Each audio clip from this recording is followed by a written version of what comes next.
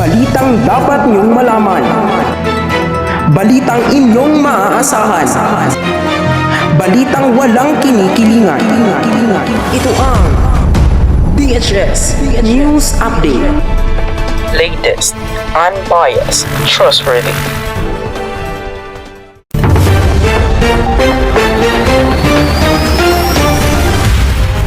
Sa ulo ng mga nagbabagang balita, Alice Go, pinag-iisipang tumakbo ngayong 2025 elections. COMELEC, may nilinaw. Former President Rodrigo Roa Duterte naghain ng Certificate of Candidacy sa pagkaalkalde ng Davao City.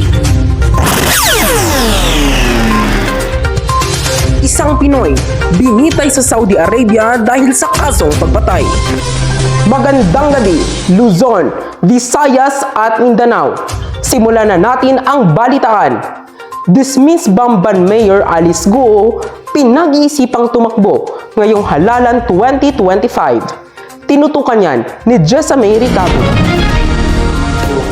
Sa isang panayam sa abogado ni dismissed Mayor Alice Go, ay pinag-iisipan umano nito na maghain ng kandidatura ngayong 2025 midterm elections sa kabila ng mga kasong kinakaharap nito. Nililinaw naman ng Commission of Elections na tanggapin nila ang Certificate of Candidacy ni Guo sakaling maghain ito.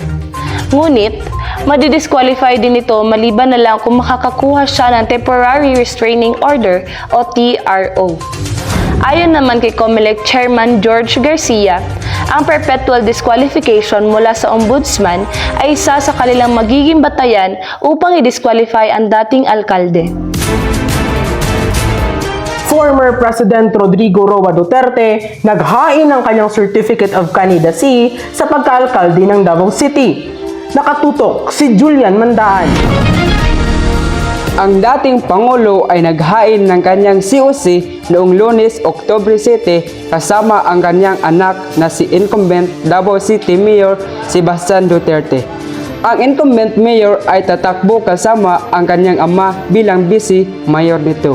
Samantala, nauna nang naghain ng COC para sa kanyang ikatlong termino bilang Davao City 1st District Representative si Congressman Paulo Duterte.